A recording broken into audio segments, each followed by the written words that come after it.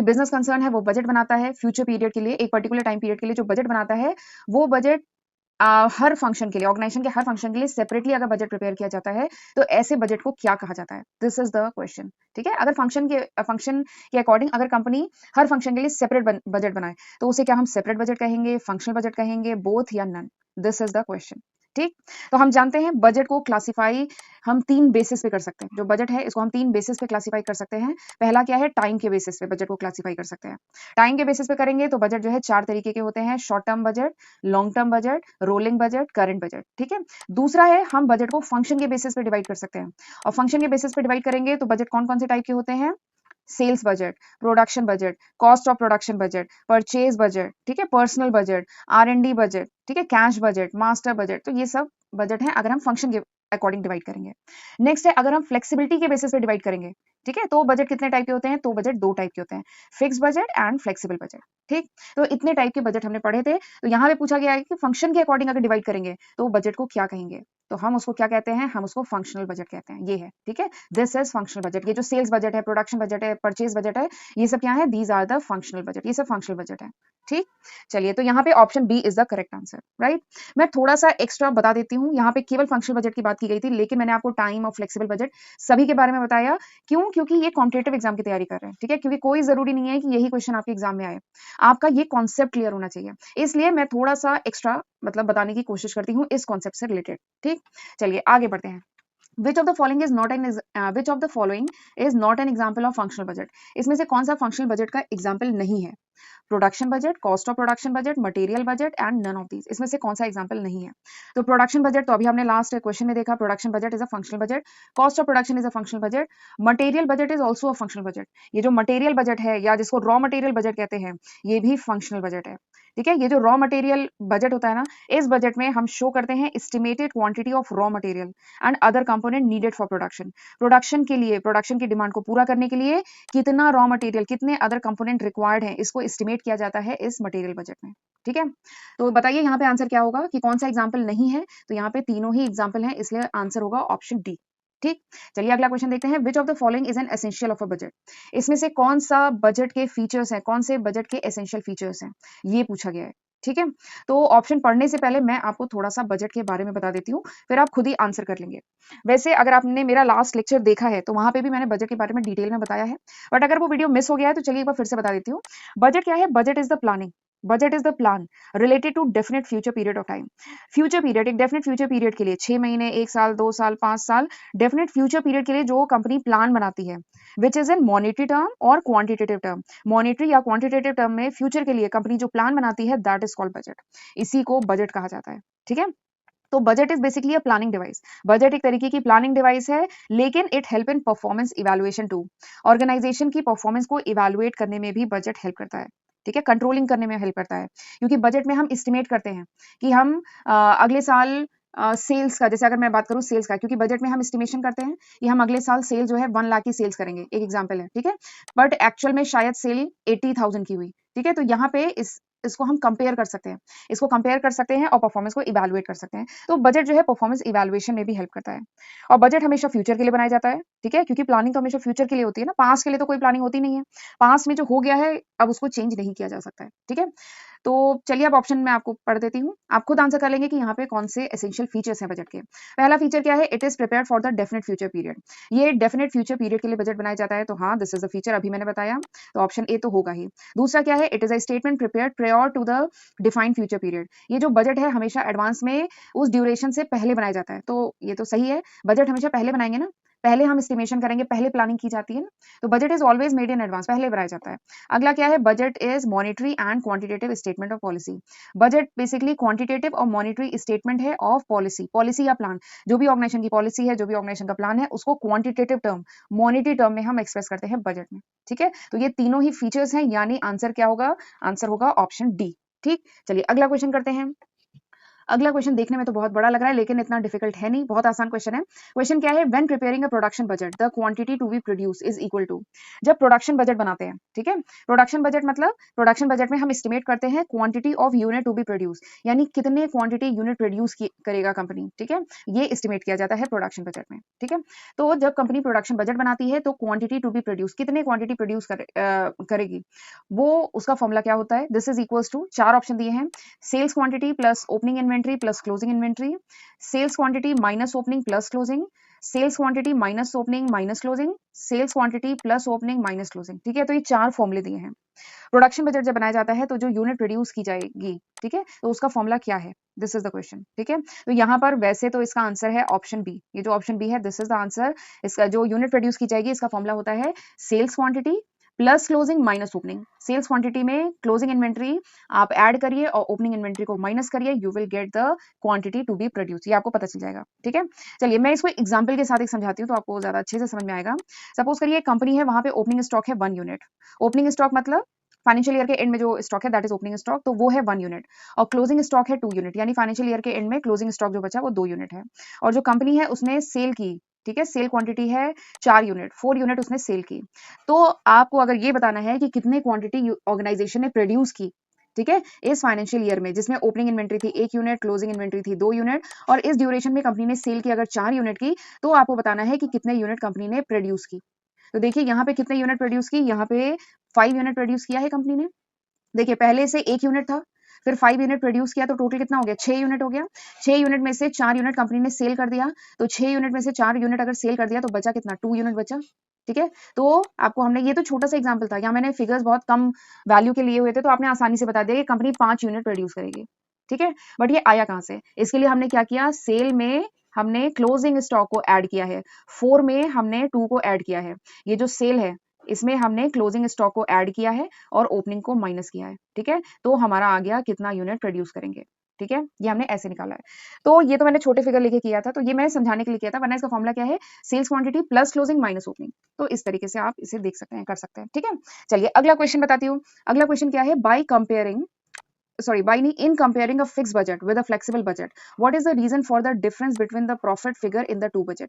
जब हम कंपेयर करते हैं फिक्स बजट को फ्लेक्सिबल बजट से, तो क्या रीजन है कि there is a difference in the profit in two budget, जो दो बजट हैं इनका जो प्रॉफिट फिगर है इसमें डिफरेंस आता है, ऐसा क्यों होता है, ठीक है। तो जब मैंने बजट बताया था, ठीक है, जब मैंने बजट बताया था तो मैंने अभी बताया था कि अगर फ्लेक्सिबिलिटी के बेसिस पे बजट को डिवाइड करें तो बजट दो टाइप के होते हैं, एक होता है फिक्स बजट और एक होता है फ्लेक्सिबल बजट, ठीक है, अगर फ्लेक्सिबिलिटी के बेसिस पे डिवाइड करें। और इन दोनों बजट के बीच में बेसिक डिफरेंस क्या है, बेसिक डिफरेंस है कि ये जो फिक्स बजट है it is prepared keeping in mind one level of activity. ये जो फिक्स बजट है ये वन लेवल ऑफ एक्टिविटी, यानी एक लेवल ऑफ एक्टिविटी, एक लेवल ऑफ आउटपुट के लिए बनाया जाता है। मतलब एग्जाम्पल ले रही हूँ, जैसे सपोज करिए 1000 यूनिट कंपनी प्रोड्यूस करती है, ठीक है, तो 1000 यूनिट प्रोड्यूस अगर करती है तो इसमें मटेरियल कितना लगेगा, लेबर कितना लगना चाहिए, ठीक है, तो उसके बारे में एस्टिमेट किया जाता है। तो यहाँ पे लेवल ऑफ एक्टिविटी इज 1, ठीक है, it is fixed. But flexible budget में क्या होता है, ये इस बजट को जब बनाया जाता है तो हम डिफरेंट लेवल ऑफ एक्टिविटी के लिए बनाते हैं। जैसे कंपनी अगर 1000 यूनिट प्रोड्यूस करेगी तो मटेरियल, लेबर, दूसरे खर्चे क्या आएंगे। कंपनी अगर 10,000 यूनिट प्रोड्यूस करेगी तब एक्सपेंसेस कितने आएंगे। कंपनी अगर 1 लाख यूनिट प्रोड्यूस करेगी तब एक्सपेंसेस कितने आएंगे, ठीक है। तो डिफरेंट लेवल ऑफ एक्टिविटी के लिए हम फ्लेक्सिबल बजट बना सकते हैं। फिक्स बजट एक लेवल ऑफ एक्टिविटी के लिए बनता है, तो this is the basic difference. तो देखिए यहाँ पे ऑप्शन क्या हो सकता है, पहला ऑप्शन है डिफरेंट लेवल ऑफ एक्टिविटी, दूसरा क्या है डिफरेंट लेवल ऑफ स्पेंडिंग, तीसरा क्या है डिफरेंट लेवल ऑफ एफिशिएंसी, चौथा क्या है difference between the actual and budgeted performance, ठीक है। तो फिक्स्ड एंड फ्लेक्सिबल बजट में जो डिफरेंस आता है प्रॉफिट में, वो क्यों आता है, बिकॉज ऑफ द, आंसर बताइए, because of the different level of activity, क्योंकि लेवल ऑफ एक्टिविटी अलग है, इसके कारण प्रॉफिट में अंतर आता है। और यही बेसिक डिफरेंस है between fixed and flexible budget, right. चलिए आगे बढ़ते हैं, अगला क्वेश्चन देखते हैं। When fixed allowances are set without the involvement of budget owner, जब फिक्स्ड अलाउंसेस या बजट बना लिया जाता है बिना इन्वॉल्वमेंट ऑफ बजट ओनर के इन्वॉल्वमेंट के बिना जब बजट का जो फिगर्स है वो डिसाइड कर लिए जाते हैं, तो ऐसे बजटिंग प्रोसेस को क्या कहा जाता है, दिस इज द क्वेश्चन, कि बजट ओनर के इन्वॉल्वमेंट के बिना जब बजट बना लिया जाता है, ठीक है, तो ऐसे बजटिंग प्रोसेस को क्या कहेंगे, top down budgeting, negotiated budgeting, zero based budgeting, participating budgeting, ठीक है। तो ये चार ऑप्शन आपको दिए गए हैं। तो इसके लिए मैं इन चारों ही ऑप्शन के बारे में आपको थोड़ा सा बता देती हूँ, तो ये आंसर आप खुद ही कर लेंगे। ठीक है, चलिए पहला बताती हूँ। ये जो टॉप डाउन बजटिंग है, नाम से ही समझ में आ रहा है टॉप डाउन। ठीक है, यानी ये कोई बजट होगा जो पहले टॉप मैनेजमेंट के लोग बना लेते होंगे और फिर वो बजट जो बना लिए, जो फिगर इंपोज कर दिए, फिर वो नीचे के डिपार्टमेंट को दे दिया जाता होगा कि आपको अब अपने डिपार्टमेंट का बजट इसी के अकॉर्डिंग बनाना है। ठीक है, यही कुछ होता होगा, नाम से तो यही समझ में आ रहा है। टॉप डाउन यानी पहले टॉप लेवल के लोग बनाएंगे, ठीक है, और उसके बाद जो डिपार्टमेंट है उनको दिया जाएगा। तो यही होता भी है इस बजट में। टॉप डाउन बजटिंग में क्या होता है, बेसिकली सीनियर मैनेजमेंट, ये जो टॉप मैनेजमेंट के लोग हैं, सीनियर मैनेजमेंट के लोग हैं, वो पहले बनाते हैं high level budget on the basis of companies objective. Company के ऑब्जेक्टिव के हिसाब से हाई लेवल बजट कौन बनाता है, पहले टॉप के जो लोग हैं, टॉप मैनेजमेंट बनाता है। ठीक है, और फिर उसके बाद टॉप मैनेजमेंट एलोकेट करता है अमाउंट फॉर इंडिविजुअल डिपार्टमेंट, और ये जो टॉप मैनेजमेंट है डिफरेंट डिपार्टमेंट के लिए क्या है, अमाउंट एलोकेट करता है, और फिर इस फिगर्स के हिसाब से पर्टिकुलर डिपार्टमेंट जो है वो अपने बजट बनाते हैं। तो this is top down budgeting. ठीक, दूसरा जो बजटिंग है that is negotiated budgeting. negotiated budgeting, तो negotiated budgeting process basically it is a combination of top down budgeting plus bottom up budgeting, इन दोनों का कॉम्बिनेशन है। ये जो negotiated budgeting है ना, ये टॉप डाउन और बॉटम अप बजटिंग दोनों का कॉम्बिनेशन है। यहाँ पर ये जो negotiated budgeting है, यहाँ पर बजट को इम्पोज नहीं किया जाता। ये जो बजट की प्रिपरेशन है किसी सिंगल लेवल पे इम्पोज नहीं की जाती कि आप ही को बनाना है, ये एक शेयर्ड रिस्पॉन्सिबिलिटी होती है। ठीक है, यहाँ पर सीनियर और सब ऑर्डिनेट, ये जो negotiated budgeting है यहाँ पे सीनियर और सब ऑर्डिनेट दोनों मिलकर बजट बनाते हैं। ठीक, अगला क्या है, जीरो बेस बजटिंग। ये जीरो बेस बजटिंग पे बहुत क्वेश्चन आते हैं। ये जो जीरो बेस बजटिंग है, ये क्या होता है, ये एक मेथड ऑफ बजटिंग है जहां पे every time we start from zero. हर बार जब कंपनी बजट बनाती है तो वो जीरो से स्टार्ट करती है, फ्रेश स्टार्ट करती है, स्क्रैच से स्टार्ट करती है। जितने भी बजट के आइटम है, चाहे वो पुराने आइटम्स हो या न्यूली प्रपोज आइटम है, उनको टोटली एक नए पर्सपेक्टिव से देखा जाता है। ठीक है, जो डिपार्टमेंट का मैनेजर है वो जस्टिफाई करता है हर डिटेल बजट की, ठीक है, फ्रॉम स्क्रैच, एक बार जीरो से फ्रेश स्टार्ट करता है। और लास्ट बजट में भले ही जो भी फिगर्स लिए थे उनको नहीं कंसीडर किया जाता है, हर बार एक नई शुरुआत की जाती है, जीरो से शुरुआत की जाती है। This is zero base budgeting. ठीक है, अगला क्या है, पार्टिसिपेटिव बजटिंग। पार्टिसिपेटिव बजटिंग नाम से ही समझ में आ रहा है, यहाँ पर ये वो बजटिंग प्रोसेस है जहां पे people from lower level of management are also involve in the budgeting process, यानी यहाँ पर पार्टिसिपेशन यानी लोअर लेवल भी पार्टिसिपेट करता है बजट बनाने में। ठीक, तो this is the participative budgeting. तो मैंने चारों ही टाइप की बजटिंग बता दी है, तो अब मेरे ख्याल से आप आंसर कर सकते हैं कि वो कौन सा बजट है, कौन सा बजटिंग का प्रोसेस है जहां पे बजट अलाउंसेस सेट कर लिए जाते हैं बिना बजट ओनर के इन्वॉल्वमेंट के। तो इस टाइप का बजट क्या है, top down budgeting. Top down budgeting में बजट टॉप मैनेजमेंट डिसाइड कर लेता है, सीनियर मैनेजमेंट डिसाइड कर लेता है, बिना उस डिपार्टमेंट के, उस डिवीजन के ओनर से बिना कंसल्ट किए। ठीक है, तो this is top down budgeting. चलिए आगे बढ़ते हैं, अगला क्वेश्चन करते हैं। MSc manufacturing is giving you the following detail. एक कंपनी है वो आपको कुछ डिटेल प्रोवाइड कर रही है। ये एक छोटा सा न्यूमेरिकल है, ये न्यूमेरिकल मैंने पहले से आपके लिए सॉल्व कर दिया है। एक कंपनी है, ठीक है, उसकी कुछ डिटेल आपको प्रोवाइड की गई है। स्टैंडर्ड प्राइस पर केजी कितना है, ₹2। Actual cost of material is ₹300। Actual material use 2000। Actual output 2100 KG. ठीक है, ये डिटेल दी गई है, आपको कैलकुलेट करना है मटेरियल प्राइस वेरिएंस। तो मटेरियल प्राइस वेरिएंस पहले थोड़ा सा बता देती हूँ, ये मटेरियल प्राइस वेरिएंस होता क्या है। तो material price variance material cost variance का पार्ट होता है। ठीक है, and this variance arises because of the difference in standard price specified and actual price paid.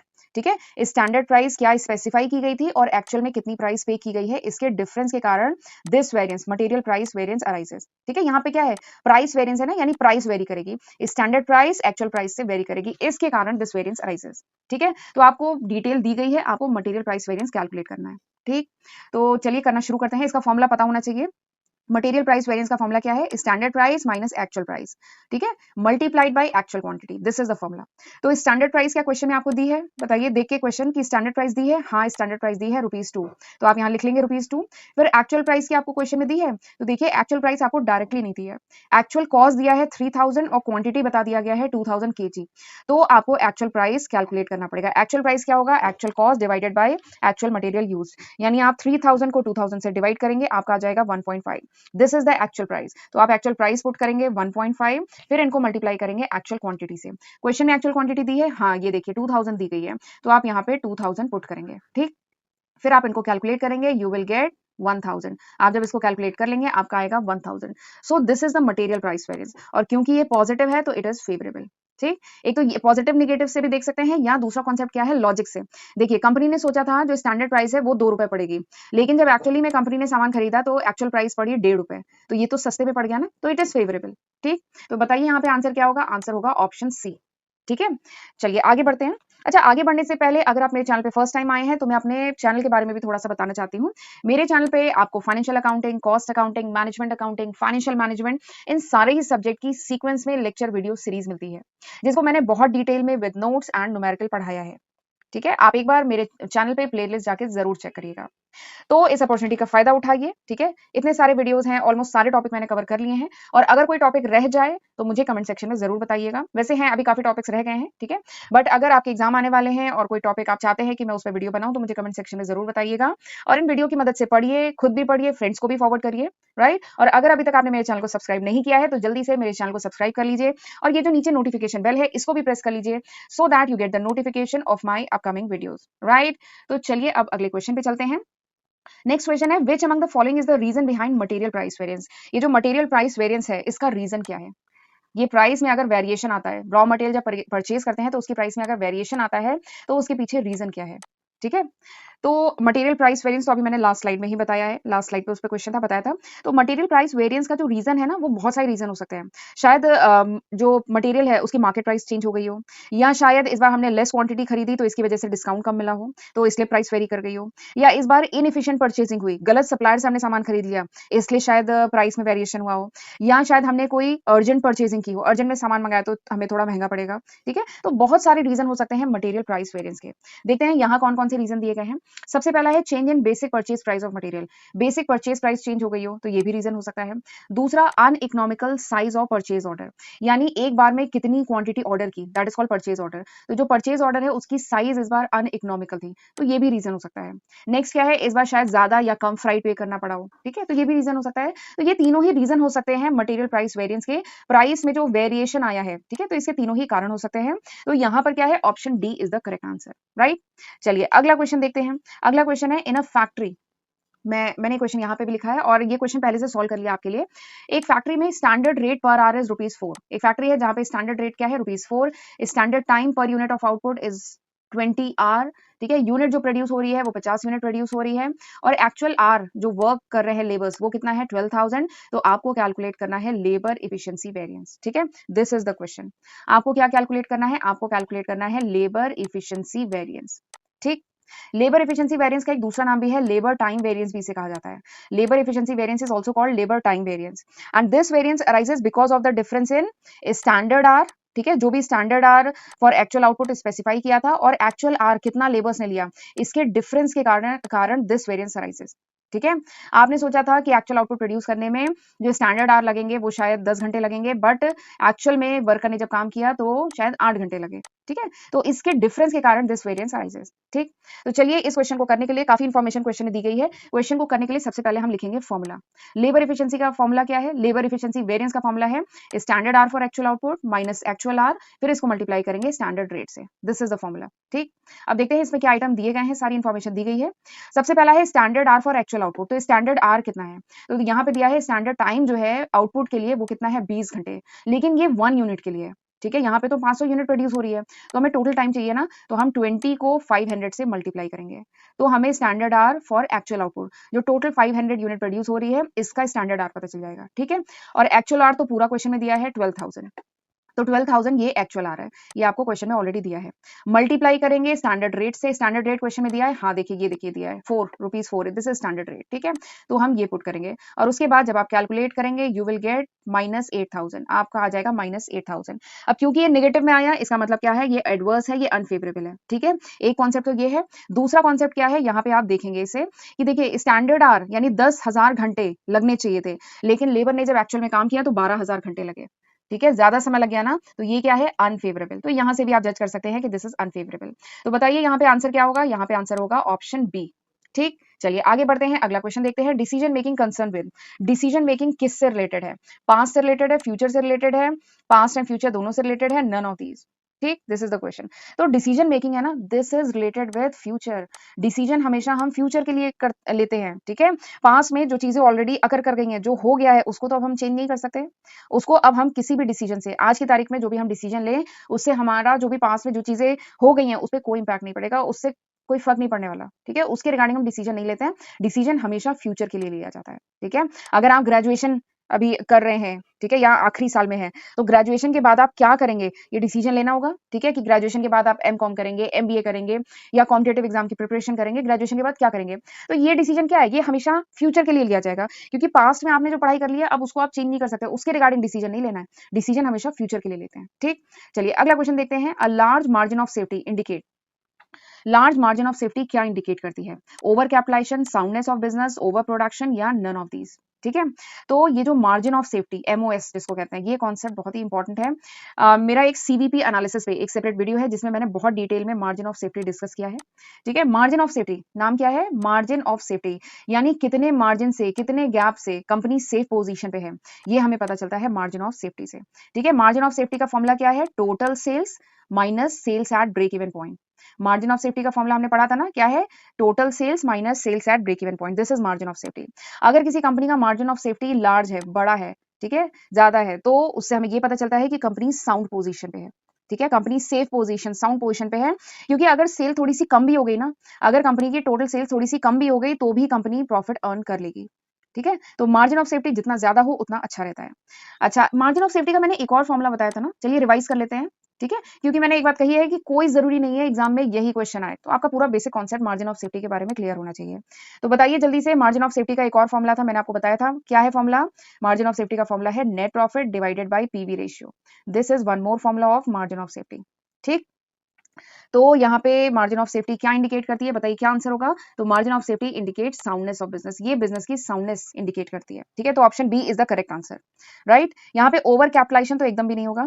Over capitalisation मतलब होता है जब कंपनी इशू करे डेप्ट, ज्यादा डेप्ट और इक्विटी इशू करे, देन इट्स एसेट वर्थ, जितने की एसेट की वर्थ नहीं है उससे ज्यादा डेप्ट और इक्विटी अगर कंपनी इशू करती है तो उसको कहा जाता है ओवर कैपिटलाइजेशन। और ओवर प्रोडक्शन मतलब ज्यादा प्रोडक्शन करना, तो ये दोनों तो होंगे नहीं, आंसर है साउंडनेस ऑफ बिजनेस। ठीक है, चलिए आगे बढ़ते हैं, अगले क्वेश्चन पे जाते हैं। रिवीजन ऑफ बजट इज, जो बजट है उसको रिवाइज करना अननेसेसरी है, कैन नॉट डिटरमाइन, नेसेसरी है, या इनएडिक्वेट डेटा है। रिवीजन ऑफ बजट, बजट को मार्केट के अकॉर्डिंग, बिजनेस एनवायरमेंट में जो चेंज आता है cost is consider. Marginal costing में केवल वेरिएबल कॉस्ट को कंसीडर किया जाता है, फिक्स कॉस्ट को नहीं। ठीक है, तो मार्जिनल कॉस्टिंग में स्टॉक को वैल्यू किया जाता है एट वेरिएबल कॉस्ट। ठीक है, तो option B is the correct answer. अगला क्वेश्चन देखते हैं। अगला क्वेश्चन एक छोटा सा न्यूमेरिकल है। इन टू कॉन्जिक्यूटिव पीरियड, दो कॉन्जिक्यूटिव पीरियड में सेल्स और प्रॉफिट के फिगर दिए गए हैं। सेल्स जो है, जो फर्स्ट पीरियड है उसमें सेल्स है 1,60,000 और प्रॉफिट है 8,000। ठीक है, in the first period. And second period में सेल्स है 1,80,000 एंड प्रॉफिट है 14,000 respectively during the second period. और जो there is no change in the fix cost, जो फिक्स कॉस्ट है उसमें कोई चेंज नहीं है between the two period, then you have to calculate the PV ratio, आपको पीवी रेशियो कैलकुलेट करना है। ठीक है, दिस इज द क्वेश्चन। तो ये क्वेश्चन मैंने आपके लिए यहाँ पे सॉल्व किया हुआ है।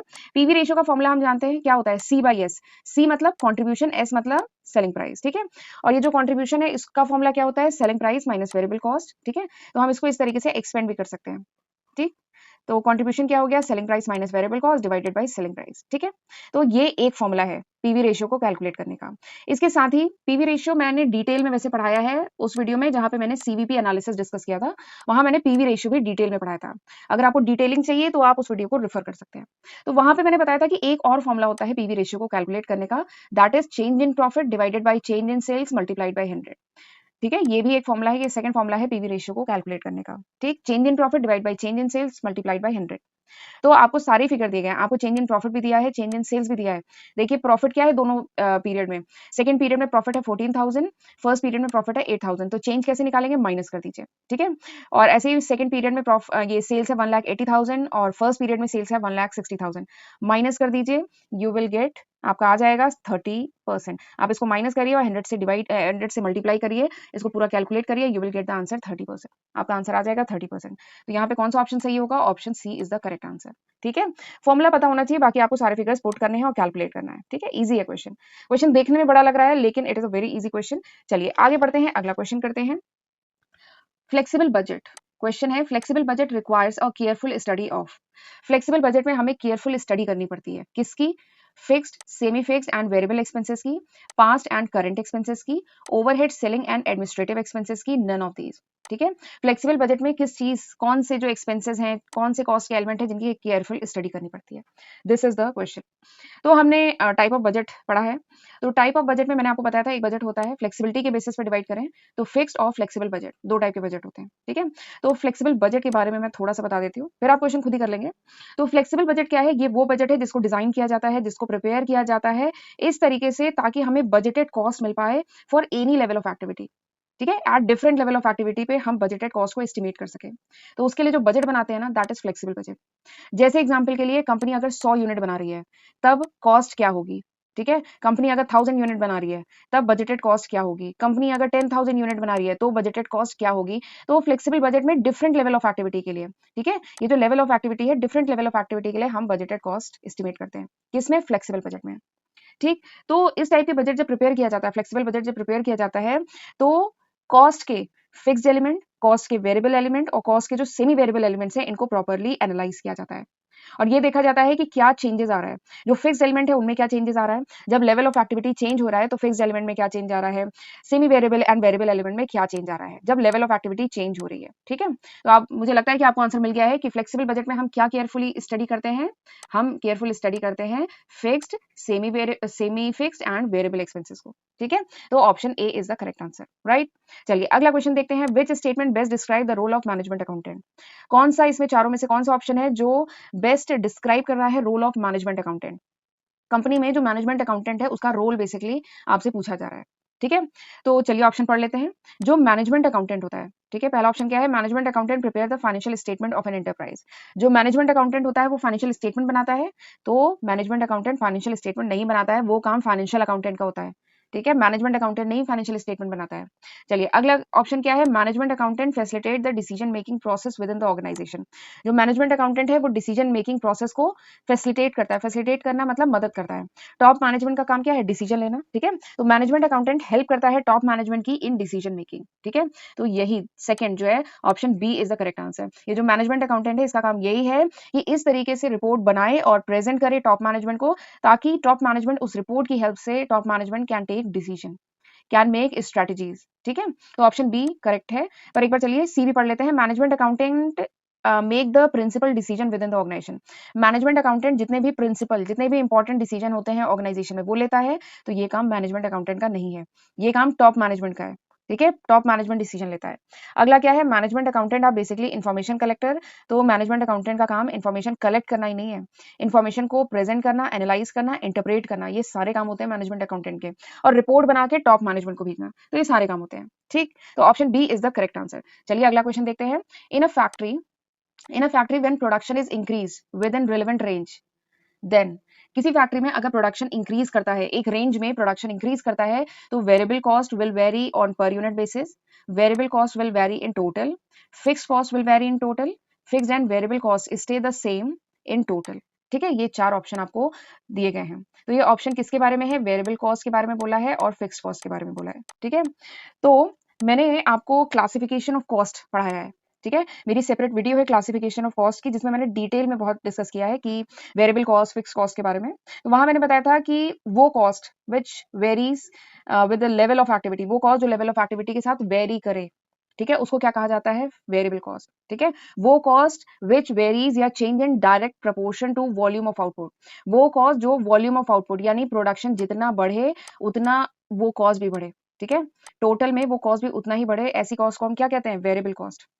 ठीक है, एग्जाम्पल क्या है वेरिएबल कॉस्ट का? जैसे डायरेक्ट मटेरियल का खर्चा हुआ, जितना ज्यादा प्रोडक्शन करेंगे उतना ज्यादा डायरेक्ट मटेरियल चाहिए, जितना ज्यादा प्रोडक्शन करेंगे उतना ज्यादा डायरेक्ट लेबर चाहिए। ठीक है, जितना ज्यादा प्रोडक्शन करेंगे उतना ज्यादा पावर कंज्यूम होगा। ठीक है, तो वेरिएबल कॉस्ट, तो ये सब एग्जाम्पल है वेरिएबल कॉस्ट के। तो वेरिएबल कॉस्ट क्या होती है? वो कॉस्ट होती है which varies in direct proportion with the production, जैसे जैसे प्रोडक्शन बढ़ेगा वेरिएबल कॉस्ट बढ़ेगी। ठीक है, डायरेक्ट प्रपोर्शन में बढ़ता है।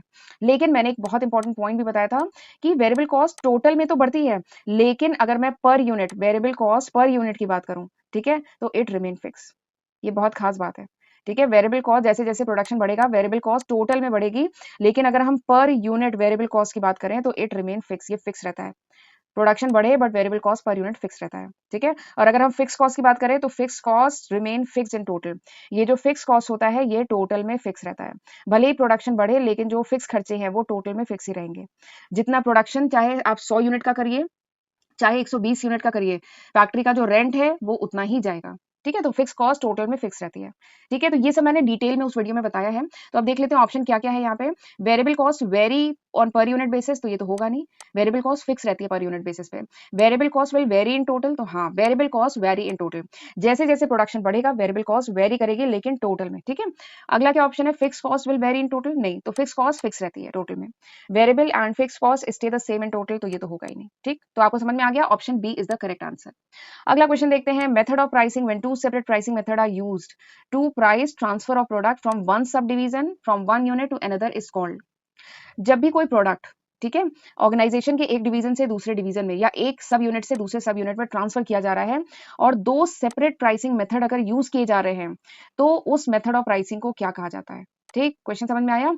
बेसिकली आपसे ट्रांसफर प्राइसिंग के बारे में पूछा जा रहा है कि ट्रांसफर प्राइसिंग के केस में जब कोई प्रोडक्ट एक यूनिट से दूसरे यूनिट पे ट्रांसफर किया जाता है तो जो प्राइस चार्ज की जाती है उसको ट्रांसफर प्राइस कहते हैं। ठीक है, तो सवाल है कि अगर दो सेपरेट प्राइसिंग मेथड यूज हो रहे हैं तो उस मेथड ऑफ प्राइसिंग को क्या कहा जाता है।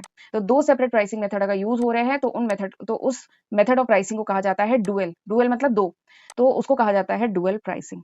ठीक, यहाँ पे कोई भी functional pricing, concurrent pricing, optimal pricing ये सब कुछ नहीं होगा। जब दो मेथड यूज करेंगे तो होता है डुअल प्राइसिंग। ठीक, समझ में आया। चलिए, अब आगे बढ़ने से पहले ना, अगर आप मेरे चैनल पे फर्स्ट टाइम आए हैं तो मैं अपने चैनल के बारे में थोड़ा सा बताना चाहती हूँ। मेरे चैनल पर आपको financial accounting, cost accounting, management accounting, financial management, इन सारे ही सब्जेक्ट की सीक्वेंस में लेक्चर वीडियो सीरीज मिलती है जिसको मैंने बहुत डिटेल में विद नोट्स एंड न्यूमेरिकल पढ़ाया है। तो इन वीडियोस का फायदा उठाइए, खुद भी पढ़िए और अपने फ्रेंड्स के साथ भी इसको ज्यादा से ज्यादा शेयर करिए। और मेरे चैनल पे जाके प्लेलिस्ट एक बार जरूर देखिएगा। आप जिस भी टॉपिक को सर्च कर रहे हैं उस पर वीडियो आपको मिल जाएगा, और अगर ना मिले तो मुझे कमेंट सेक्शन में बताइएगा, मैं उन पे वीडियो बना दूंगी। ठीक, और अगर आपने अभी तक मेरे चैनल को सब्सक्राइब नहीं किया है, पहली बार मेरे चैनल पे आए हैं, तो जल्दी से मेरे चैनल को भी सब्सक्राइब कर लीजिए, नोटिफिकेशन बेल भी प्रेस कर लीजिए so that you get the notification of my upcoming videos. Right, तो चलिए अब अगले क्वेश्चन पे चलते हैं। Management accounting is an integral part of management concern with dash information. Management accounting बहुत ही इंटीग्रल, बहुत ही इंपॉर्टेंट पार्ट है मैनेजमेंट का। ठीक है, जिसमें हम क्या करते हैं, हम इन्फॉर्मेशन को क्या करते हैं, इन्फॉर्मेशन को हम आइडेंटिफाई करते हैं, प्रेजेंट करते हैं, इंटरप्रेट करते हैं, या आइडेंटिफाई एंड प्रेजेंट करते हैं, या आइडेंटिफाई करते हैं, या नन ऑफ दीज। तो मैनेजमेंट अकाउंटिंग में हम इन्फॉर्मेशन को, मैनेजमेंट अकाउंटिंग एक बहुत ही इंपॉर्टेंट पार्ट है मैनेजमेंट का, जिसमें हम जो इन्फॉर्मेशन है उसको हम आइडेंटिफाई भी करते हैं, ठीक है, प्रेजेंट भी करते हैं इन अ मीनिंगफुल फॉर्म, उसको प्रॉपर्ली रिपोर्ट के फॉर्म में प्रेजेंट किया जाता है, और उसको हम इंटरप्रेट भी करते हैं। ठीक है, इंटरप्रेट भी करते हैं, कुछ मीनिंगफुल कंक्लूजन भी ड्रॉ करते हैं। तो मैनेजमेंट अकाउंटिंग में हम ये तीनों काम करते हैं, इन्फॉर्मेशन को आइडेंटिफाई करना, प्रेजेंट करना और इंटरप्रेट करना, ये तीनों ही काम होते हैं। ठीक, तो option A is the correct answer. अगला क्वेश्चन देखते हैं, management accounting is related with formulating strategy, planning and controlling activity, optimising the use of resource and all of the above. ठीक, ये चार ऑप्शन दिए हैं। मैनेजमेंट अकाउंटिंग किससे related है, इन चारों में से किससे रिलेटेड है, ये क्वेश्चन है। ठीक है, तो मैनेजमेंट अकाउंटिंग का जो इंट्रोडक्शन है उस पर मैं एक सेपरेट वीडियो मेरे चैनल पे है, आप डिटेल में अगर देखना चाहें तो आप एक बार वो वीडियो रेफर कर सकते हैं। तो वहां पे मैंने बताया कि मैनेजमेंट अकाउंटिंग क्या है, it is that accounting which is specially design for the management. ठीक है, मैनेजमेंट अकाउंटिंग वो अकाउंटिंग है which is specially design for the management, वो अकाउंटिंग जो specially management, basically top management के लिए डिजाइन की गई है। ठीक है, और ये अकाउंटिंग हेल्पफुल है to top management for performing its function. जो भी टॉप मैनेजमेंट के फंक्शन होते हैं उनको परफॉर्म करने में ये जो अकाउंटिंग है हेल्प करती है। ठीक है, टॉप मैनेजमेंट के क्या क्या फंक्शन होते हैं, टॉप मैनेजमेंट का काम होता है प्लानिंग करना, डिसीजन बनाना, डिसीजन लेना, स्ट्रेटजी फॉर्मुलेट करना, ये सारे काम होते हैं टॉप मैनेजमेंट के। ठीक है, तो ये सारी चीजें मैंने डिटेल में डिस्कस की है उस वीडियो में। तो चलिए जरा देख लेते हैं इसमें से कौन सा ऑप्शन सही है।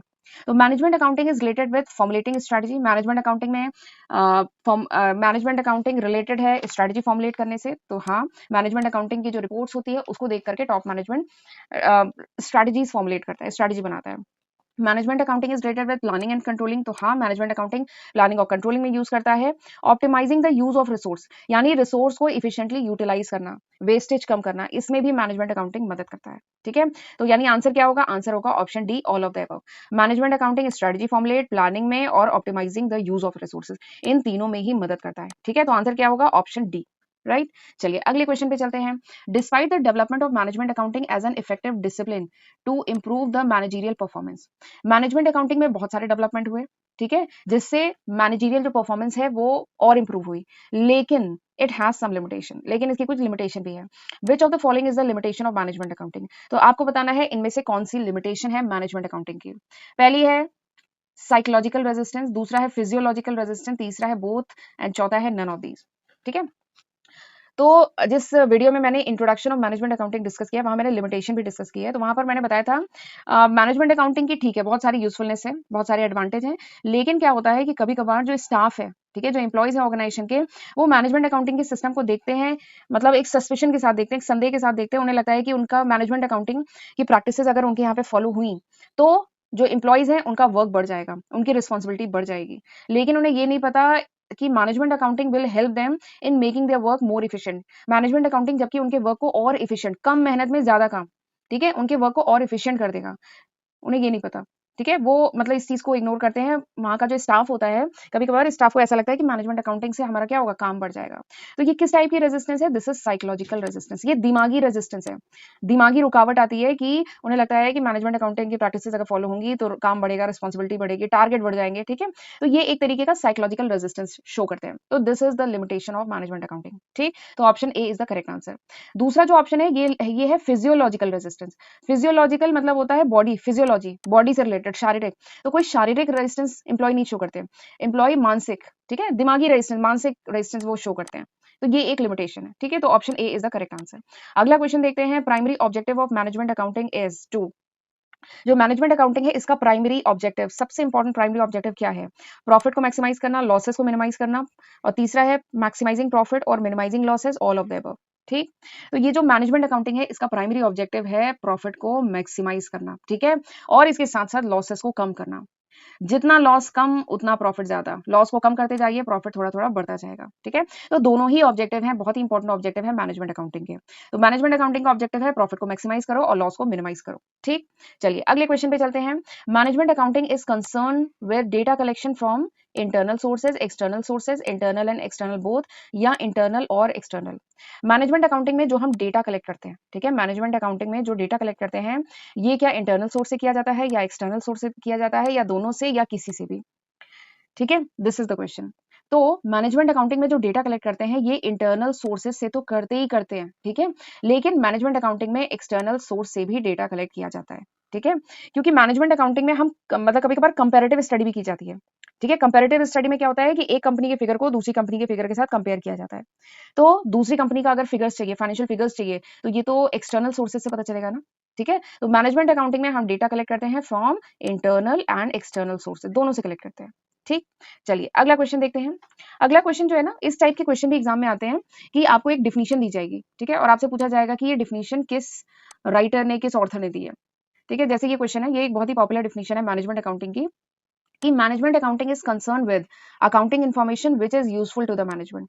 मैनेजमेंट अकाउंटिंग में बेसिकली मैनेजमेंट अकाउंटिंग किससे कंसर्न है? अकाउंटिंग इन्फॉर्मेशन से, वो accounting information which is helpful to management, ठीक है, वो accounting information which is helpful to top management. ये डिफिनीशन किसने दी है? रॉबर्ट एन एंथनी ने दी है, ब्राउन एंड हावर्ड ने दी है, सीआईएमए ने दी है, या Institute of Chartered Accountant of England and Wales, इन्होंने दी है, ठीक है। तो इस टाइप के क्वेश्चन भी बहुत आते हैं, इकोनॉमिक्स में भी बहुत आते हैं कि ये डिफिनेशन, पर्टिकुलर डिफिनेशन किसने दी है। तो ये आपको थोड़ा सा लर्न करना पड़ेगा। ये जो डिफिनेशन है this is given by Robert N Anthony. ये रॉबर्ट एन एंथनी ने डिफिनेशन दी है कि management accounting basically concern with accounting information जो मैनेजमेंट, जो टॉप मैनेजमेंट के लिए यूजफुल है, ठीक। चलिए अगला क्वेश्चन देखते हैं। Marginal costing is equals to, ये जो मार्जिनल कॉस्टिंग है this is equals to prime cost plus variable overhead, prime cost minus variable overhead, variable overhead none of these, ठीक। This is the question. तो सबसे पहले तो आपको बता देती हूँ कि मार्जिनल कॉस्ट क्या होती है। मार्जिनल कॉस्ट इज, बताइए क्या होती है? Marginal cost is variable cost. हम जानते हैं मार्जिनल कॉस्ट क्या है? वेरिएबल कॉस्ट है। तो ये वेरिएबल कॉस्ट किसके बराबर है, ये क्वेश्चन है। तो चलिए एक एक करके देख लेते हैं। देखिए प्राइम कॉस्ट, यहाँ पे एक वर्ड आया ना प्राइम कॉस्ट। तो प्राइम कॉस्ट क्या होता है? हम जानते हैं prime cost is the sum of direct material, direct labour, direct expense, ठीक है। इसका सम क्या होता है? Prime cost. या कह लीजिए ऑल डायरेक्ट कॉस्ट, जितनी भी डायरेक्ट, मैं केवल इनिशियल लिख रही हूँ, जितनी भी डायरेक्ट कॉस्ट होती है उसका सम क्या होता है? प्राइम कॉस्ट, ठीक है। और ये जो डायरेक्ट मटेरियल है this is variable cost, direct labour, direct expense, ये सब क्या है? ये सब है वेरिएबल कॉस्ट, ये सब वेरिएबल कॉस्ट है। यानी प्राइम कॉस्ट क्या हो गया? प्राइम कॉस्ट हो गया all direct variable cost. Prime cost क्या है? All direct variable cost, this is prime cost, ठीक है। क्यों? क्योंकि प्राइम कॉस्ट होता है direct material, direct labour plus direct expense का सम होता है। और ये तीनों क्या है? ये डायरेक्ट खर्चे हैं, और ये क्या है? वेरिएबल खर्चे हैं, ठीक है। तो प्राइम कॉस्ट क्या हो गई? Prime cost is direct variable cost, ठीक। ये समझ में आ गया। अब दूसरा वर्ड यूज हुआ है वेरिएबल ओवरहेड, ये देखिए यूज हुआ है ना वर्ड वेरिएबल ओवरहेड। तो वेरिएबल ओवरहेड मतलब, ओवरहेड मतलब होता है इनडायरेक्ट खर्चे। तो यानी variable indirect material plus variable indirect labour plus variable indirect expense का जो सम है that is called variable overhead, ठीक है, यानी जितने भी इनडायरेक्ट वेरिएबल कॉस्ट है, इनडायरेक्ट वेरिएबल कॉस्ट, उससे कहा गया है वेरिएबल ओवरहेड। ठीक, तो समझ में आ गया आपको? अब मुझे लगता है कि अब आपको आंसर मिल गया है। ऑप्शन ए क्या कह रहा है? ऑप्शन ए कह रहा है prime cost plus variable overhead, variable cost के बराबर है। तो देखिए प्राइम कॉस्ट क्या है? Prime cost is direct variable cost और variable overhead is indirect variable cost. तो डायरेक्ट वेरिएबल कॉस्ट और इनडायरेक्ट वेरिएबल कॉस्ट को अगर आप सम करेंगे तो आपका आ जाएगा वेरिएबल कॉस्ट। ठीक है, तो दोनों को सम करना होगा। तो प्राइम कॉस्ट, ये जो है ना प्राइम कॉस्ट प्लस करेंगे वेरिएबल ओवरहेड को, तो आपका आ जाएगा वेरिएबल कॉस्ट। माइनस तो करेंगे नहीं, प्राइम कॉस्ट में क्या माइनस करेंगे वेरिएबल ओवरहेड को? माइनस नहीं करेंगे। और अगला ऑप्शन क्या है? Variable overhead. तो वेरिएबल नहीं, हम जो वेरिएबल ओवरहेड के साथ, ओवरहेड मतलब इनडायरेक्ट खर्चे, इसके साथ डायरेक्ट वेरिएबल कॉस्ट भी तो जोड़ेंगे। ठीक है, तो ये इनकम्प्लीट है, तो ये भी ऑप्शन नहीं होगा, option A is the correct answer. ठीक, चलिए अगला क्वेश्चन देखते हैं। Marginal costing is also known as, marginal costing को और क्या कहा जाता है? Direct costing, variable costing, both या नन? ठीक, तो हमने पढ़ा है कि there are two important technique of product costing, दो इंपॉर्टेंट टेक्निक है प्रोडक्ट कॉस्टिंग की, इनकम डिटर्मिनेशन की दो इंपॉर्टेंट टेक्निक है। कौन कौन सी? याद करिए, कौन कौन सी टेक्निक है मार्जिनल कॉस्टिंग में? पहली है एब्जॉर्प्शन कॉस्टिंग, पहली जो टेक्निक है दैट इज एब्जॉर्प्शन कॉस्टिंग, और दूसरी जो टेक्निक है इंपॉर्टेंट प्रोडक्ट कॉस्टिंग के में दैट इज मार्जिनल कॉस्टिंग। ये दोनों बहुत ही इंपॉर्टेंट टेक्निक है प्रोडक्ट कॉस्टिंग की, absorption costing and marginal costing. यहाँ पर आपसे मार्जिनल कॉस्टिंग के बारे में पूछा जा रहा है, तो मार्जिनल कॉस्टिंग पे भी मैंने वीडियो बना रखी है, या कम्युनिकेटिंग, इनमें से कौन सा ऑप्शन होगा? मैनेजमेंट का सबसे बेसिक फंक्शन कौन सा है? ठीक है, दिस इज द क्वेश्चन। तो मैनेजमेंट जो है it's all about managing the function of the organisation, organisation के जितने फंक्शन है उनको मैनेज करना, दिस इज कॉल्ड मैनेजमेंट। और ये फंक्शन मैनेज कैसे करेंगे? Bye planning. जो फंक्शंस हैं उसे मैनेज कैसे किया जाता है? By planning, by strategy making, by decision making. ठीक है, तो इस तरीके से मैनेजमेंट के जो मैनेजमेंट है ऑर्गेनाइजेशन का वो कैरी आउट किया जाता है। तो बताइए यहाँ पे कौन सा ऑप्शन सही है? तो most basic function of management is decision making. ठीक है, मैनेजमेंट का सबसे बेसिक फंक्शन क्या है? डिसीजन मेकिंग, प्लानिंग करना, स्ट्रेटजी बनाना, जिसमें decision making is the most basic function. तो यहाँ पे option C is the correct answer, right. चलिए अगले क्वेश्चन की तरफ। Contribution margin, contribution margin is equals to, जो कॉन्ट्रीब्यूशन मार्जिन होता है वो क्या होता है? This is equals to sales minus fix cost minus profit, या प्रॉफिट प्लस वेरिएबल कॉस्ट, या फिक्स कॉस्ट माइनस लॉस, या नन ऑफ दीज। ठीक है, तो ये चार ऑप्शन आपको दिए गए हैं। तो पूछा गया है कॉन्ट्रीब्यूशन मार्जिन किसके बराबर है? तो कंट्रीब्यूशन, ये जो टर्म है कंट्रीब्यूशन, ये एक बहुत ही इंपॉर्टेंट टर्म है। ये हमने कहाँ पे पढ़ा है? ये हमने सीवीपी एनालिसिस पे, मेरी सेपरेट वीडियो है जिसमें मैंने सीवीपी एनालिसिस और ब्रेक इवन एनालिसिस डिटेल में पढ़ाया है, वहीं पे मैंने कंट्रीब्यूशन के बारे में भी बताया था। ठीक है, तो कंट्रीब्यूशन एक बहुत इंपॉर्टेंट टर्म है, और मैंने वहां बताया था कंट्रीब्यूशन क्या होता है। कंट्रीब्यूशन के दो फॉर्मूले होते हैं, एक होता है selling price minus variable cost. Contribution का एक फॉर्मूला है selling price minus variable cost, और दूसरा कंट्रीब्यूशन का फॉर्मूला है contribution equals to fixed cost plus profit. ठीक है, फिक्स्ड कॉस्ट प्लस प्रॉफिट, तो ये कंट्रीब्यूशन के दो बहुत बेसिक फॉर्मूले हैं। ठीक है, तो बताइए इनमें से तो कहीं हमें ये वाला ऑप्शन दिख ही नहीं रहा है। ठीक है, बट इसी ये जो सेकंड फॉर्मूले है इसी में मैं थोड़ा सा मॉडिफाई करती हूँ। अगर प्रॉफिट हुआ तो प्लस प्रॉफिट होगा, बट अगर इसी की जगह ऑर्गेनाइजेशन को लॉस हो गया तो, लॉस हो गया तो ये फॉर्मूला थोड़ा सा मॉडिफाई हो जाएगा। क्या हो जाएगा? Contribution equals to fixed cost minus loss. ठीक है, वैसे contribution is fixed cost plus profit है, लेकिन ऑर्गेनाइजेशन को लॉस हो गया तो इसी की जगह करेंगे माइनस लॉस। ठीक है, तो कंट्रीब्यूशन का फॉर्मूला क्या हो गया? Fixed cost minus loss. तो देखिए इसमें से कहीं ऑप्शन दिया है ये? हाँ दिया हुआ है, ऑप्शन सी। तो यहाँ पे option C is the correct answer, right. चलिए अगला क्वेश्चन करते हैं।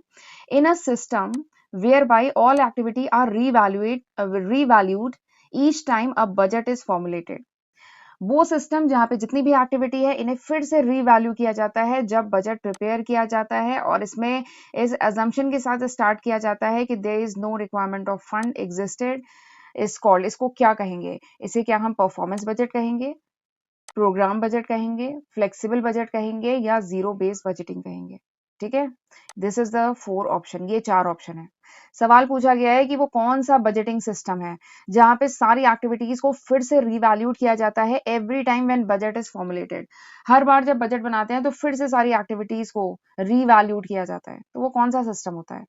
ठीक है, दिस इज द क्वेश्चन। तो चलिए मैं आपको ये जो चारों ही ऑप्शन है ना इनके बारे में थोड़ा सा बता देती हूँ। सबसे पहला परफॉर्मेंस बजट। तो परफॉर्मेंस बजट वो बजटिंग सिस्टम है जिसकी मदद से we can evaluate the productivity of the different operation in organisation. Organisation के जो डिफरेंट ऑपरेशन है उनकी प्रोडक्टिविटी को इवेलुएट कर सकते हैं इस परफॉर्मेंस बजट से। ठीक है। बेसिकली हम परफॉर्मेंस बजट से ऑर्गेनाइजेशन की परफॉर्मेंस को इवैल्यूएट कर सकते हैं। This is performance budgeting. Programme budgeting क्या होती है? प्रोग्राम बजटिंग में हम प्रोवाइड करते हैं detail cost of every activity, every operation of the organisation. Organisation की जितनी एक्टिविटी है, जितने ऑपरेशन है, उनकी डिटेल कॉस्ट इसमें प्रोवाइड की जाती है प्रोग्राम बजट में। ठीक है, तो प्रोग्राम बजटिंग वो सिस्टम है। अगला क्या है? Flexible budgeting. फ्लेक्सिबल बजटिंग में we prepare budget for different level of activity.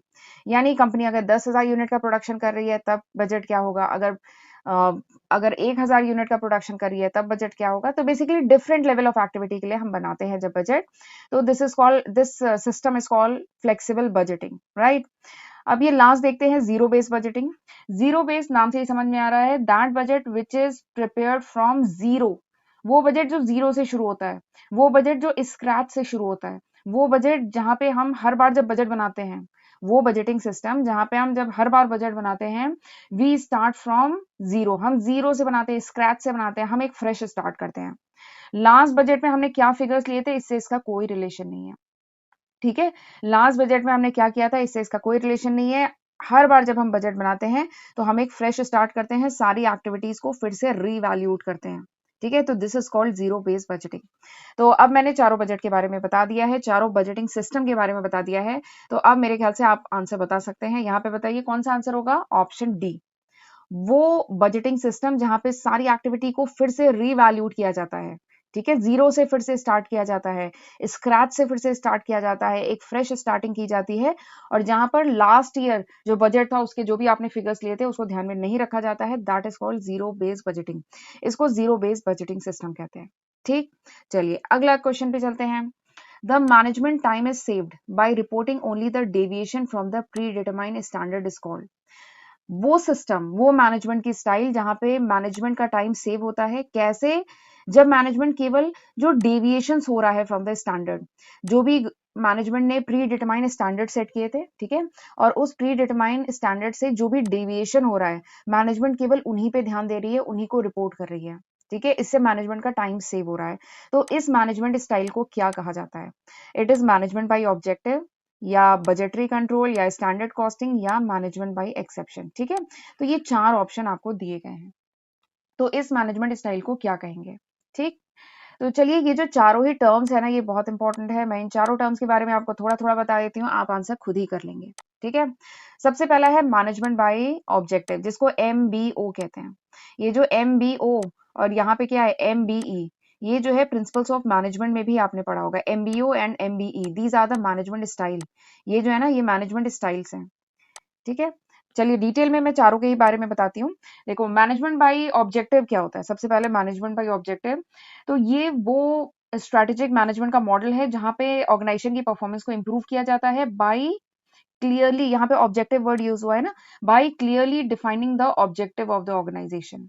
जो ऑर्गेनाइजेशन का जो भी ऑब्जेक्टिव है उसको क्लियरली डिफाइन किया जाता है, और वो objective which is agree to both management and employ, वो ऑब्जेक्टिव जो मैनेजमेंट यानी टॉप मैनेजमेंट और एम्प्लॉयज दोनों की सहमति से जो भी ऑर्गेनाइजेशन का ऑब्जेक्टिव है, इसे क्लियरली डिफाइन किया जाता है, और इससे ऑर्गेनाइजेशन की परफॉर्मेंस को इंप्रूव किया जाता है। तो ये जो मैनेजमेंट स्टाइल है ना, this is called MBO, management by objective. ठीक, अगला क्या है? Budgetary control. तो बजटरी कंट्रोल वो सिस्टम है कॉस्ट को कंट्रोल करने का, जहां पे हम बजट बनाते हैं, डिफरेंट डिपार्टमेंट के बीच में कोऑर्डिनेट करते हैं, रिस्पॉन्सिबिलिटी स्टैब्लिश करते हैं, और फिर कंपेयर करते हैं परफॉर्म एक्चुअल को विद बजटेड।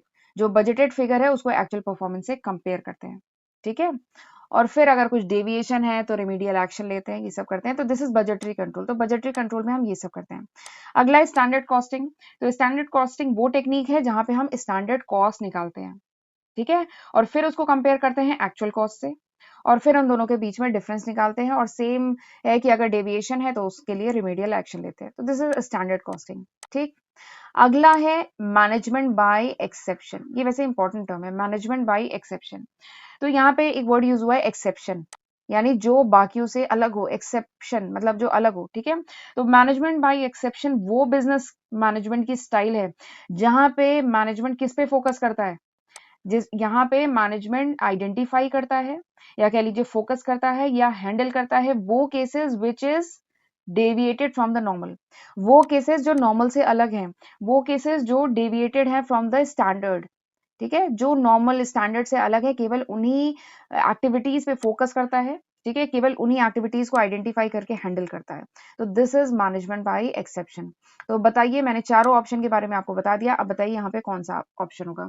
तो सवाल तो यही पूछ रहा है ना कि मैनेजमेंट टाइम सेव करता है कैसे, जब वो केवल डेविएशन को रिपोर्ट करे, केवल डेविएशन पे फोकस करे, ठीक है। तो ये तो मैनेजमेंट बाय एक्सेप्शन में होता है ना। मैनेजमेंट बाय एक्सेप्शन वो मैनेजमेंट की स्टाइल है जहां पे केवल वो केसेस, वो एक्टिविटीज को आइडेंटिफाई किया जाता है, उन्हीं पे फोकस किया जाता है जो डेविएटेड होती हैं फ्रॉम द नॉर्मल। तो this is management by exception. अगला क्वेश्चन देखते हैं, marginal costing is also known as, marginal costing को और क्या कहा जाता है, direct costing, absorption costing, variable cost या वेरिएबल कॉस्टिंग, ठीक है, दिस इज द ऑप्शन। तो ये जो मार्जिनल कॉस्टिंग है, वैसे लास्ट लेक्चर में मैंने थोड़ा सा बताया था मार्जिनल कॉस्टिंग के बारे में, अगर आपने नहीं देखा है तो चलिए एक बार फिर से बता देती हूँ। ये जो मार्जिनल कॉस्टिंग है ना, this is equals two variable costing. Marginal costing को वेरिएबल कॉस्टिंग भी कहते हैं, बट इसी के साथ इसको हम डायरेक्ट कॉस्टिंग भी कहते हैं, ठीक है। बट यहाँ पे तो केवल एक ही आंसर देना है, तो हम पहले, अगर एक ही ऑप्शन देना हो ना, तो पहले वेरिएबल कॉस्टिंग, बट अगर दो पूछे जाए ना, तो उसके बाद मार्जिनल कॉस्टिंग को डायरेक्ट कॉस्टिंग भी कहते हैं, ठीक है। तो यहाँ पे आंसर क्या होगा, यहाँ पे आंसर होगा ऑप्शन सी, वेरिएबल कॉस्टिंग। ये जो मार्जिनल कॉस्टिंग है, इसको हम वेरिएबल कॉस्टिंग कहते हैं। बट अगर दो ऑप्शन पूछे जाए ना, तो डायरेक्ट कॉस्टिंग भी आप टिक करेंगे, डायरेक्ट कॉस्टिंग भी कहते हैं मार्जिनल कॉस्टिंग को, क्योंकि डायरेक्ट कॉस्टिंग मेथड में भी हम सेम करते हैं, हम वेरिएबल कॉस्ट को ही कंसीडर करते हैं डिसीजन लेने में, ठीक है। एब्जॉर्प्शन कॉस्टिंग तो आप जानते होंगे, एब्जॉर्प्शन कॉस्टिंग में हम फिक्स्ड और वेरिएबल कॉस्ट दोनों को कंसीडर करते हैं, ठीक। ओ सॉरी, मैंने गलत टिक कर दिया, ये सी नहीं, ये डी आंसर होगा, वेरिएबल कॉस्टिंग। ये देखिए लिखा है variable cost, there is a difference between variable, there is a difference between cost and costing. ये जो कॉस्ट और कॉस्टिंग वर्ड है ना, इसमें डिफरेंस है, सेम मत मानिएगा, ये सेम नहीं है, ठीक है। वेरिएबल कॉस्ट नहीं, variable costing is the correct answer, option D है करेक्ट आंसर। कॉस्ट मतलब तो जानते हैं, एक्सपेंडिचर, जो भी खर्चा आता है प्रोडक्ट या सर्विस डिलीवर करने में, ठीक है, दैट इज कॉस्ट। लेकिन उस कॉस्ट को डिटरमाइन करने का जो प्रोसेस होता है ना, दैट इज कॉल्ड कॉस्टिंग। तो there is a difference between cost and costing, तो वेरिएबल कॉस्ट तो एकदम नहीं होगा, आंसर क्या होगा, ऑप्शन डी, वेरिएबल कॉस्टिंग, ठीक। चलिए अगला क्वेश्चन देखते हैं, another name for contribution is, contribution का दूसरा नाम क्या है, दिस इज द क्वेश्चन, ठीक है। क्या नाम है, marginal income, gross profit, net income, none of the above, इसमें से क्या है आंसर, ठीक है। तो बताया था कंट्रीब्यूशन एक बहुत इंपॉर्टेंट टर्म है, ठीक। तो कंट्रीब्यूशन जो है ना, इसका मैंने फॉर्मूला वगैरह तो बता ही दिया है आपको। तो कंट्रीब्यूशन का दूसरा नाम क्या है, ये मैं डायरेक्टली बता देती हूँ। तो कंट्रीब्यूशन का दूसरा नाम है कंट्रीब्यूशन मार्जिन। कंट्रीब्यूशन को कंट्रीब्यूशन मार्जिन भी कहते हैं, ग्रॉस मार्जिन भी कहते हैं, और मार्जिनल इनकम भी कहते हैं। ये कंट्रीब्यूशन के कुछ दूसरे नाम है, ठीक है। एक बार फिर से बता रही हूँ, कंट्रीब्यूशन के कुछ दूसरे नाम क्या है, कंट्रीब्यूशन मार्जिन, या इसको ग्रॉस मार्जिन भी कहते हैं, या इसको मार्जिनल इनकम भी कहते हैं, ठीक है। तो ये तीन और इसके नाम हैं कंट्रीब्यूशन के। तो बताइए यहाँ पे आंसर क्या होगा, यहाँ पे आंसर होगा ऑप्शन ए, राइट। चलिए अगला क्वेश्चन देखते हैं, management accounting is, management accounting क्या है। तो यहाँ पे चार ऑप्शन दिए हैं, पहला है accumulate, summarize and analyze the available data, is primarily concerned with the requirement of the management, makes corporate planning and strategy effectively, all of the above, ठीक। तो मैनेजमेंट अकाउंटिंग में क्या होता है, तो मैनेजमेंट अकाउंटिंग ये जो कॉन्सेप्ट है, इस पे, इसके इंट्रोडक्शन पे मैंने 2 वीडियोस बनाई है, जिसमें मैंने बहुत डिटेल में मैनेजमेंट अकाउंटिंग का स्कोप, ऑब्जेक्टिव, लिमिटेशन, नीड, सब कुछ, फंक्शंस, सारी चीजें, और मैनेजमेंट अकाउंटिंग, फाइनेंशियल अकाउंटिंग और कॉस्ट अकाउंटिंग, इन तीनों के बीच में जो डिफरेंस है, सारी चीजें मैंने बहुत डिटेल में पढ़ाई है। तो अगर आपको मैनेजमेंट अकाउंटिंग की डिटेलिंग चाहिए, तो वो 2 वीडियोस में मैंने कवर की है, आप एक बार देख सकते हैं। तो वहां पे मैंने बताया कि management accounting is that accounting which is designed specially for the management. Management accounting वो अकाउंटिंग होती है जो स्पेशली मैनेजमेंट यानी टॉप मैनेजमेंट के लिए डिजाइन की गई है। यानी ये वो मैनेजमेंट अकाउंटिंग है, बेसिकली ये वो अकाउंटिंग है जो हेल्प करता है टॉप मैनेजमेंट को इन परफॉर्मिंग इट्स फंक्शन, ठीक है, टॉप मैनेजमेंट को उसके फंक्शन परफॉर्म करने में मदद करता है, ठीक है, that is called management accounting. और टॉप मैनेजमेंट के फंक्शन क्या होते हैं, प्लानिंग करना, स्ट्रैटेजी बनाना, डिसीजन मेकिंग करना, ठीक है। तो ये सारे काम होते हैं मैनेजमेंट अकाउंटिंग में, ठीक है। तो ये सारे काम होते हैं मैनेजमेंट के, ठीक है, और मैनेजमेंट अपने टास्क परफॉर्म कर पाता है with the help of management accounting, ठीक।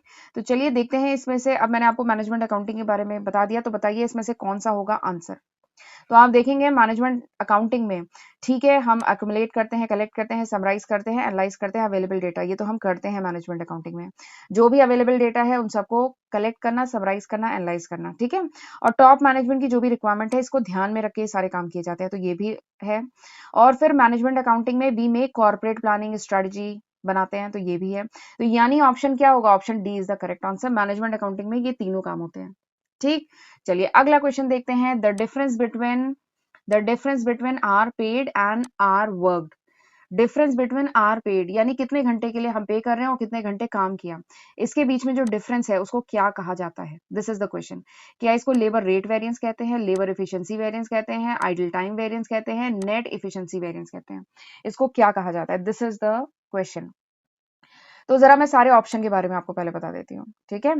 सवाल तो समझ में आ गया, कितने घंटे के लिए पे किया है और कितने घंटे काम किया है, इसके बीच का जो डिफरेंस है वो क्या होता है। तो सबसे पहले लेबर रेट वेरिएंस। तो लेबर देखिए नाम क्या है, रेट, यानी this variance arises because of the difference in standard rate of labour, ठीक है, एंड एक्चुअल रेट पेड। ये जो लेबर रेट वेरिएंस है ये लेबर कॉस्ट वेरिएंस का ही पार्ट है, और ये वेरिएंस अराइज करता है because of the difference in rate में जो डिफरेंस अराइज किया है, ये स्टैंडर्ड रेट क्या स्पेसिफाई किया था और एक्चुअल रेट क्या पे किया है, इसके डिफरेंस के कारण ये वेरिएंस आता है, ठीक। अगला क्या है, लेबर इफिशिएंसी वेरिएंस। यहाँ पे वर्ड पकड़ लीजिए इफिशिएंसी। तो लेबर इफिशिएंसी वेरिएंस का दूसरा नाम है लेबर टाइम वेरिएंस भी इसे कहते हैं, ठीक है। तो this variance arises because of the difference in labour time, labour hours specified, labour hours जो भी स्पेसिफाई किया गया था कि लेबर इतने घंटे में काम कर लेगा एक्चुअल आउटपुट के लिए, और एक्चुअल आर स्पेंडेड, लेबर ने एक्चुअली में कितने घंटे में काम किया और कितना घंटे स्पेसिफाई किया गया था, तो इसके बीच में जो डिफरेंस होता है उसके कारण दिस वेरिएंस अराइजेस, ठीक है, लेबर इफिशिएंसी वेरिएंस। अगला क्या है, आइडल टाइम वेरिएंस। तो idle time variance labour efficiency variance का ही पार्ट होता है, और ये आइडल टाइम वेरिएंस क्यों अराइज करता है, because of the abnormal idle time. Idle मतलब बताया था ना, आइडल मतलब फालतू खाली समय, ठीक है, और ये अराइज करता है variance because of the abnormal idle time. तो ये जो आइडल टाइम वेरिएंस है this is basically the difference between hours paid यानी कितने घंटे के लिए पे किया गया, माइनस आर वर्क कितने घंटे इसने काम किया लेबर ने, इसके डिफरेंस को हम कहते हैं लेबर टाइम वेरिएंस, ठीक है। और जो नेट एफिशिएंसी वेरिएंस है वो तो यहाँ से रिलेटेड नहीं है, ठीक है, लेबर से रिलेटेड नहीं है, तो ये तो होगा ही नहीं, ठीक। तो अब आप खुद आंसर कर सकते हैं, which one is the correct answer, बताइए कौन सा है करेक्ट आंसर, ऑप्शन सी, ठीक है। चलिए अगला क्वेश्चन देखते हैं, ब्रेक इवन पॉइंट, ये नेक्स्ट क्वेश्चन अच्छा है। Break even point can be reduce by, break even point जो है इसको कैसे रिड्यूस कर सकते हैं, by increasing the selling price per unit, by reducing the variable cost, by reducing the fixed cost, all of the above, ठीक है। इन चारों में से क्या ऑप्शन होगा कि ब्रेक इवन पॉइंट को कैसे रिड्यूस कर सकते हैं, ठीक है। तो ये जो ब्रेक इवन पॉइंट है या जो ब्रेक इवन एनालिसिस है this is very important concept, ये बहुत ही इंपॉर्टेंट कॉन्सेप्ट है, इस पर मैं सेपरेट वीडियो बना चुकी हूँ, डिटेलिंग चाहिए विद ग्राफ फॉर्मूला न्यूमेरिकल मैं ऑलरेडी कवर कर चुकी हूँ, आप रेफर कर सकते हैं। तो ब्रेक इवन पॉइंट क्या होता है थोड़ा सा मैं पहले बता देती हूँ। तो ब्रेक इवन पॉइंट वो लेवल ऑफ सेल्स है या वो लेवल ऑफ आउटपुट है at which there will be neither profit nor loss. Break even point वो आउटपुट का लेवल होता है या वो सेल्स का लेवल होता है जिसपे ऑर्गेनाइजेशन को ना प्रॉफिट हो रहा हो ना लॉस हो रहा हो। बेसिकली ब्रेक इवन पॉइंट पे क्या होता है, total income is equals to total expenditure, organization को जितनी इनकम हो रही है उतना ही खर्चा है, इससे क्या हो रहा है, देयर इज नो प्रॉफिट, ना प्रॉफिट हो रहा है ना लॉस हो रहा है, तो this is called break even point, ठीक है। अब ये जो ब्रेक इवन पॉइंट है इसका फॉर्मूला क्या है, ब्रेक इवन पॉइंट का फॉर्मूला बताया था ना, ब्रेक इवन पॉइंट का फॉर्मूला है F by C, break even point का फॉर्मूला क्या है, एफ बाई सी, एफ मतलब फिक्स्ड कॉस्ट, सी मतलब कंट्रीब्यूशन, और इसको और एक्सपेंड करते हैं, कंट्रीब्यूशन इक्वल्स टू क्या होता है, selling price minus variable cost, ठीक है। तो this is the complete formula of break even point, ये ब्रेक इवन पॉइंट का पूरा कंप्लीट फॉर्मूला है, ठीक। अब सवाल है कि ब्रेक इवन पॉइंट को कैसे रिड्यूस कर सकते हैं, ठीक है। तो अब आपको यहाँ पे थोड़ी सी मैथ्स लगानी है, ब्रेक इवन पॉइंट को अगर हमें रिड्यूस करना है तो बेसिकली ये जो पूरा टर्म है, ये जो पूरा टर्म है न्यूमरेटर और डिनोमिनेटर में, इसको रिड्यूस करना है, ब्रेक इवन पॉइंट का कैसे रिड्यूस होगा, जब ये टर्म रिड्यूस होगा। ये टर्म को रिड्यूस करने के लिए आपको न्यूमरेटर को रिड्यूस करना होगा और डिनोमिनेटर को बढ़ाना होगा। अगर न्यूमरेटर कम हो और डिनोमिनेटर बढ़े तो क्या होगा, ये पूरा टर्म रिड्यूस हो जाएगा। तो यानी हमें क्या करना होगा, हमें पहला आंसर मिल गया कि हमें फिक्स्ड कॉस्ट को रिड्यूस करना होगा, तो ब्रेक इवन पॉइंट रिड्यूस हो जाएगा। एक तो ये मिल गया। दूसरा हमें मिल गया कि selling price minus variable cost को बढ़ाना है। तो selling price minus variable cost को बढ़ाना है तो बेसिकली हमें सेलिंग प्राइस को बढ़ाना होगा। अगर हम पूरे डिनोमिनेटर को बढ़ाना चाहते हैं तो हमें सेलिंग प्राइस को बढ़ाना होगा और वेरिएबल कॉस्ट को क्या करना होगा, कम करना होगा। तो हमें दूसरा मिल गया है कि सेलिंग प्राइस को बढ़ाएं, ठीक है, और वेरिएबल कॉस्ट को क्या करें, कम करें। तो इस तरीके से जो पूरा टर्म होगा, जो ब्रेक इवन पॉइंट का जो पूरा टर्म है, दैट विल रिड्यूस, वो रिड्यूस हो जाएगा। ठीक है, तो अब जरा देख लेते हैं ऑप्शन क्या क्या है। पहला ऑप्शन है इंक्रीजिंग, पहला ऑप्शन क्या है, increasing selling price per unit. तो ये देखिए, ये लिखा है इंक्रीजिंग पर सेलिंग प्राइस पर यूनिट, यानी ऑप्शन ए आंसर होगा। अगला क्या है, रिड्यूसिंग द वेरिएबल कॉस्ट। तो देखिए रिड्यूसिंग द वेरिएबल कॉस्ट। अगला क्या है, रिड्यूसिंग द फिक्स कॉस्ट। तो अगला यहाँ पे है रिड्यूसिंग द फिक्स कॉस्ट। तो यानी ये तो तीनों सही है, यानी आंसर क्या होगा, ऑप्शन डी। ठीक है, ये कॉन्सेप्ट समझ में आया। ब्रेक इवन पॉइंट को रिड्यूस करना है, लेफ्ट हैंड साइड को रिड्यूस करना है तो हमें राइट हैंड साइड को भी रिड्यूस करना होगा। न्यूमरेटर डिनोमिनेटर में दिया है तो यानी न्यूमरेटर को रिड्यूस करो, डिनोमिनेटर को बढ़ाओ, तो पूरा टर्म क्या होगा, रिड्यूस होगा। ठीक, ये कॉन्सेप्ट यूज किया है। चलिए आगे बढ़ते हैं, अगला क्वेश्चन करते हैं। The difference in total cost that result from two alternative course of action is called. सवाल है, टोटल कॉस्ट में जो डिफरेंस आता है in two alternative course of action, किसी भी टास्क को परफॉर्म करने के अगर दो ऑल्टरनेटिव हैं, ऑल्टरनेटिव 1 और ऑल्टरनेटिव 2, ठीक है, तो इनका जो टोटल कॉस्ट आती है, ऑल्टरनेटिव 1 में सपोज करिए 1000 की टोटल कॉस्ट आ रही है और ऑल्टरनेटिव 2 में 1500 की टोटल कॉस्ट आ रही है, तो इनके बीच में जो डिफरेंस है उसको क्या कहते हैं, ठीक है, वो कौन सी कॉस्ट होती है, दिस इज द क्वेश्चन। तो मैंने क्लासिफिकेशन ऑफ कॉस्ट, जो मेरा वीडियो है उसमें मैंने डिटेल में कुछ नहीं तो 15-20 कॉस्ट पढ़ाई है। आप डिटेलिंग देखनी है तो आप वहां पे उस वीडियो को रेफर कर सकते हैं। यहाँ पे मैं सारी कॉस्ट को फिर से एक बार नहीं बता रही हूँ, मैं सीधे आंसर पे आ रही हूँ। तो इस टाइप की कॉस्ट को हम कहते हैं डिफरेंशियल कॉस्ट। देखिए वर्ड क्या है, डिफरेंशियल, डिफरेंस से बना हुआ है, ठीक है। तो डिफरेंशियल कॉस्ट क्या है, वो cost which arises because of the difference in the total cost in two alternative course of action. दो ऑल्टरनेटिव कोर्स ऑफ एक्शन में जो भी खर्चा आता है, टोटल कॉस्ट का जो खर्चा आता है, उसके डिफरेंस को हम कहते हैं डिफरेंशियल कॉस्ट। ठीक है, यहाँ पे रिलेवेंट कॉस्ट, अपॉर्चुनिटी कॉस्ट और मार्जिनल कॉस्ट नहीं होगा, आंसर इज डिफरेंशियल कॉस्ट। ठीक है, अब थोड़ा सा और बताती हूँ, ये जो डिफरेंशियल कॉस्ट है ये फर्दर जो है दो टाइप की होती है, एक होती है इंक्रीमेंटल कॉस्ट और एक होती है डिक्रीमेंटल कॉस्ट। इंक्रीमेंटल कॉस्ट क्या होती है, जब ऑप्शन ए 1 से ऑप्शन 2 पे जाते हैं and there is increase in cost, cost अगर बढ़ रही हो तो इसे इंक्रीमेंटल कॉस्ट कहते हैं। और अगर ऑप्शन 1 से ऑप्शन 2 की तरफ जाएं और there is a decrease in cost, अगर 800 का खर्चा हो जाए, कॉस्ट डिक्रीज हो, तो इसको डिक्रीमेंटल कॉस्ट कहते हैं। ठीक है, तो चलिए आगे बढ़ते हैं। तो आपको आंसर समझ में आ गया, option C is the correct answer. अगला क्वेश्चन देखते हैं, a budget that gives the summary of all functional budget and projected profit and loss account, यानी वो